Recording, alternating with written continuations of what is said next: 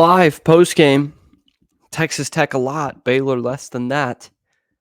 Game has not gone final yet, so I appreciate those of you coming to join us now. This was not good. This was not good at all from the Baylor standpoint. It was toxic positivity from this week. Myself very much at the forefront of that. I really thought that with that comeback, it was going to lead to something. And that's the UCF game from last week is going to be just a small footnote in Baylor football history. It'll be in the record books. It always will be, and that's fantastic, but it's not going to be anything more than just a beautiful day in the sun because Baylor sucked. And I don't know if you guys saw that today, but UCF also, and that is just a blip on the radar because the bottom line is this is not a good football team. Um, and that win really just delayed us having to face that fact. And I got to admit, I was trying to kind of curb the enthusiasm a little bit because it was just one win. And it was against a team that no one thought was going to be like a conference contender or anything in UCF, but it just looked like it was going to lead to something because of what the schedule was going to be. 2-3 Tech at home. You parlay that comeback win against UCF into a win against a rival, not your biggest rival, and then that leads to something. But unfortunately, that doesn't look like the case. Now, I know the game's still going on. Can't give up hope after last week, but even with a miraculous comeback, there is still a lot in the negative column. 3 scores with 6.5 minutes to go. I'm not holding my breath. And there was just too much wrong with this game tonight, especially with the offensive line. I called it the worst in the Power 5, and that might have been a little too far, only because I haven't studied the other offensive lines of the Power 5, but it's right up there. It's right up there. Barrington at tackle, whichever one it is, I think that's Campbell, right? Sucks, man. Suck tonight. Oh, one of the greatest still shots I've ever gotten is him when Blake is getting just absolutely pile driven into the turf. And Barrington is on the wide zone blocking on the other side, and he's just standing there blocking absolutely nobody. There's someone slamming the quarterback down to the turf, and there is another guy ready to get after him on the other side of Barrington as the right tackle. Nobody else on that side of the field. And that wasn't the only bad play made tonight. I mean, there's the fumble that Shapen has a little bit later in the first half that 74, one of the guards, is just looking at, just taking a little mental note, mental photograph, a little Cam Jansen photo, and saving it for the memory banks. No one else has that angle. Didn't look like he had any interest in actually getting the football. No real interest in it. And I mean, they have mixed and they have matched. They don't have the personnel. They got to go back to week 1 when they took Shapen out of the game late against Texas State. And Dave said in the postgame, Blake, I got to take you out. We can't protect you. We cannot keep you safe. I can't look your parents in the eye and tell them we kept you safe out there on the football field. That's going to continue. This unit really sucks. They can't run the ball, and Blake is making plays all on his own in the passing game most of the time. He's got no time back there. That is the most damning part. And we're going to talk a little bit more about the offensive line a little more in depth on Monday's show, but this is what you're supposed to be. This is supposed to be the identity of this team. It's supposed to be the identity of this program after you brought in Jeff Grimes and Eric Mateos. That's what this team was supposed to be. Smash mouth football, complimentary football with a opportunistic jackers and robbers type defense on the other end. And you can see it in the rundown here. The defense actually, I don't want to say wasn't that bad. The defensive backfield is better than I thought it would be this year. They got lit up in the early minutes against UCF, and since then they've been pretty solid. Obviously, Caden Jenkins has been the star of that, but I've liked Tevin Williams. I've liked David Bobby. I've liked Isaiah Dunson. They've really done some good things on the outside. Now, that said, I was really worried about this game because Tech will run the heck out of the ball with Tajh Brooks, and you have the worst run defense in the conference. UCF gave you a run for their money in that department today, giving up 300 yards on the ground against Kansas. This sucked. Just sucked. And look, Tajh Brooks is a good player. There are other Tajh Brookses on this schedule, and they are going to run all over you. Baron Morton do anything that impressed you tonight? No. 3 touchdown passes, a good game. But, I mean, if they were half the running team that they were against this Baylor defense, this game would be a lot closer. And as I'm watching it, Baylor's going for it on 4th and 3 inside their own 15-yard line. They have not been able to do it on 4th and short. They've not been able to do it on 3rd and long because these guys can't block for PP. Oh, incomplete. What do you know? Oh, this team sucks. And look, they're trying. They're trying. The coaching staff has not had a glimmering year. I think they're setting them up to fail. And yeah, I mean, it really starts with the lines. They've got a decent pass rush, but they can't stop a runny nose, man, let alone Tajh Brooks. And this is going to be the game plan for everyone. What are the wins you check off on the schedule? Houston at home in a month? Hopefully. But if they've got 2 college Power 5 running backs out there, can you pencil that in? You know, I mean, TCU looks like total butt cheeks right now. If they've got a running back, though, what are you going to do? You saw it in the first drive of the game from Tech. They ran it right down your freaking throat. And for some reason, Kitley goes away from it in that middle 8, which Joey McGuire and Matt Rule just love, part of the game plan, the middle 8. And Tech goes away from it. That's when the positive signs came from Baylor defensively. And then they just said, wait a minute. It's like that Tim Robinson scene, and I think you should leave, when the guy's up in his car in the drive-thru, and he's like, I could just run. That's exactly what they said. I can just turn around and hand the ball off to Tajh Brooks, and there's no way they're stopping him within 5 yards. There's no freaking way they're doing that. And I know you got to get bigger up front, but this is a small defense, man. This is a small defense. And once the way Tajh Brooks runs, the way he waits to hit the hole, you've got no chance because there's always a hole. And the guys who are in that second level will never take down a running back one-on-one. Not one as good or as big as Tajh Brooks. Never. And part of that is your defensive line will never plug it up.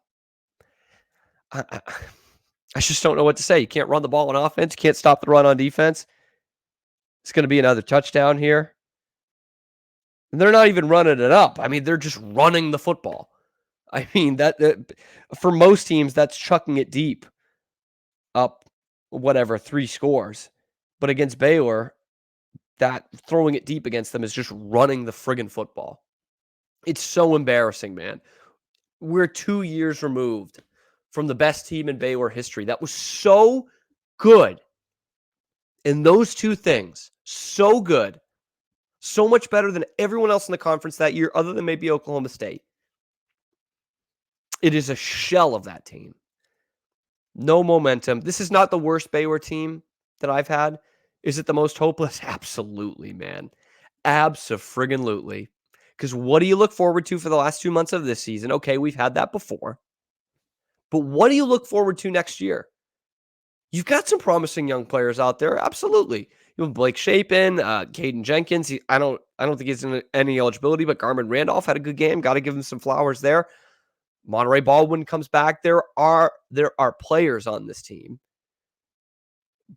but there's no identity to this team other than bad. The identity is all negative. The identity is you can rush 3 and get to the quarterback, and you could turn it and hand it off every time. And if there's not a hole right up the middle, which there has been a lot tonight, bounce to the outside. They're not containing. It's a sad state for this program. Drops it to 2-4. No bowl game this year. No bowl game. Thankfully, we got a bye week this week, and we're going to talk a little basketball this week. Yeah. Just give me your thoughts in the comments here. I know we've got a lot of the same thoughts here, and if you guys have any questions, this is just terrible. This is terrible. And Tech's a good team. They're all right. They're 3-3. And they're embarrassing you. They're running you over on your home field.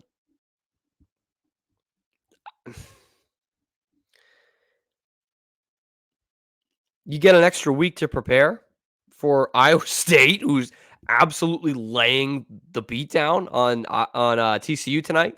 You thought that was a win on the schedule. I can't pencil in any more wins on the schedule. I'm sorry. I can't. For the UCF fans that have been in the comments all week saying 2-10, yeah, 2-10. You guys might be 2-10 too, right? Or 3-9. They won 3. I don't see many more wins on your schedule, but yeah, 2-10. That's about right. And I gotta apologize to my man Jeff Grimes.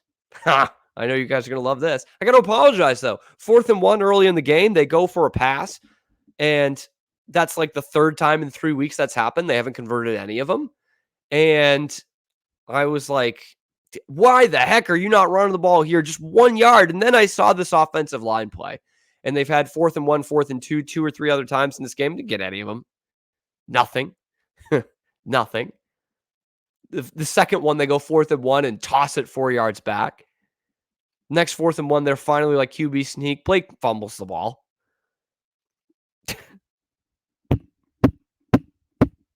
This team cannot get out of their own friggin' way.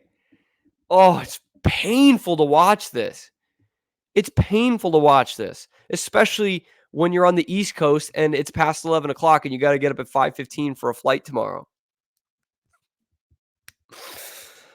Oh, let me know what you guys think. Do you see it? Do you see a bowl win here, or a bowl game, I should say?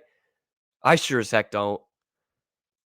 And it's just such a letdown from that UCF game.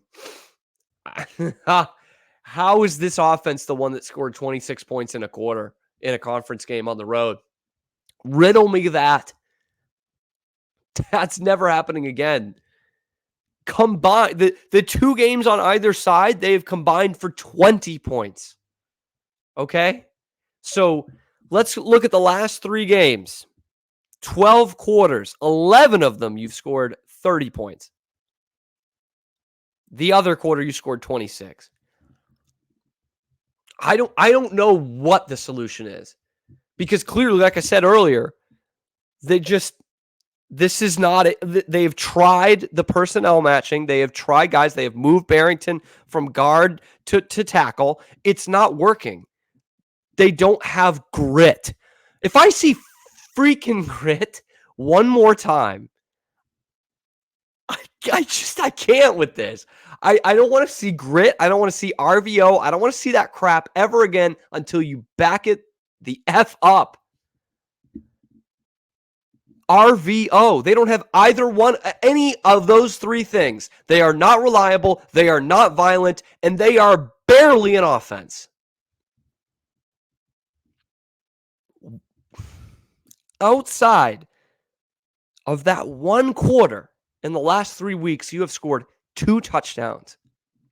You barely scored 1 against Utah. I'm going to give the offense, I mean, not to quote Jamie Foxx doing Doc Rivers too much, it's not Blake's fault. It's really not. And I know you guys love to lay it on Blake. He did it all off season. It's not his fault right now, man. He's got no time back there. There's absolutely no feel in the running game. Tackles are blocking air. and the footwork is atrocious. It's a bad football team. That's all it is, man. And I hate piling on because I know these guys are trying, and a lot of them love Baylor too, and they're out there putting in the work every day, and they're going to play for the next 2 months. But as a fan, what do you have? What do you have to root for? You're not going to a bowl game, and that could be that dream could literally be over in 3 weeks here, 2 games. What are you guys looking for? And I know there's going to be people out there that are going to say, this isn't Dave's fault either. You got to get rid of Grimes. You got to get rid of Mateos. And again, personally, I kind of like Grimes. But if you do that, where does that get you? How much of a leash do you give the head coach in that sense? And I like Dave. I actually would like to keep Dave. But it's not working. He has fired, and hired another offensive coordinator. He has hired and fired a defensive coordinator and hired another one. Where do you go? Replacing your whole coordinating staff is the last shot. We saw it with Tom Herman at UT just a few years ago. That's the most recent example I can think of. Cleaned house. They gave him one more year. They sucked. They said, don't let it hit your ass on the way out. God, I could do so many expletives about this game, but I like making money off YouTube, so I'm not going to do that. And this game still isn't over. Tech's going to score again. Joey doesn't even have a freaking headset on. Why would you? He didn't need a headset the whole game. Baylor got smashed in the mouth and got run over like it was a truck. It's just, and this team has finished one game well. They don't start games well. They fall down in every game. Fell down against Texas State. Actually had a lead against Utah. Went ahead against Long Island. Put that in your hat. Fell behind early and often against Texas. Fell behind 21-0 against UCF. Fell behind 14-0 before getting a first down tonight. Before getting into field goal range tonight. Good teams don't come back from that. And this is so far from a good team. So far from a good team. Anyway, I'm just rambling on. I'm saying the same crap anymore. This game is going to be over before I'm done. Yeah, victory formation. Thanks for taking it easy on us, Joey. I do appreciate that. I know you still got some Baylor in your heart. I really do appreciate that. Only 39-14. It could have been 60-3 tonight. Baylor for most of the game was one play away, but had no interest in making that play. 4th and 2, 4th and 3, 3rd and 3. No chance. No chance. Anyway, that's it from me. God, I could go all night. It's not Shapen's fault. It's mostly the offensive line. It's mostly the defensive line. And once again, this is the most broken record of all friggin' time. The team wasn't ready to play. They weren't ready to play. Tech has been thinking about 45-17 all year. They have had this circled on the calendar. Our losses look worse because Texas State keeps losing. Wyoming is ending the second longest winning streak in the country tonight. Their losses are looking better. Our losses are looking worse. And it doesn't even matter what those look like because they just beat the crap out of you on your home field. This is embarrassing. I hate using that word because I know these kids are trying hard. But as a fan, as a program in general, this is an embarrassment right now. I don't see how this turns around this year. Anyway, thank you for joining. We'll have more on Monday. I'm going to try and find some positives from this because if you're just tuning in, there's some playmakers on defense. I don't know what happened to Richard Reese. Oh, can I go back to that real quick? I know I keep saying I'm done. In the first half, Richard Reese gets nailed on a play. Tough ball to catch, and he gets just clobbered right in the gut. Right? And I didn't even see him in the second half. That could have knocked him out of the game. But it wasn't right away because on the next play, they turned the ball and handed it off to him on 2nd and 10. What the hell are we doing with that? And then a few drives later, you finally get a big play. Nice, 40, 50-yard play with Jordan Neighbors up the sideline. Beautiful. You finally have some momentum. Next play, Jet sweep, Jordan Neighbors. Can we give the guy a breath? You've got Monterey Baldwin out there. You have other players on this team. What are we doing? You're setting yourself up for failure. That's what I'm talking about with a coaching staff setting its players up for failure. Failure. Now I'm done. I'm going to talk more about that on Monday. We're going to bring some of the positives in here. Okay? Monterey Baldwin's still good. Blake's good when he's got time. Caden Jenkins is real good. Your defensive backfield's good. But a lot of guys went missing tonight, and it showed. Anyway, 39-14, your final score. Does Baylor make a bowl game this year? I'd love to hear from you. Good news is that winning streak against Kansas, 13 in a row, that's staying intact. Staying intact. And I have a full vote of confidence in that because the Jayhawks aren't on the schedule. Thanks for listening. This has been, always will be, we'll have more on Monday. This is Cameron Stewart. Locked on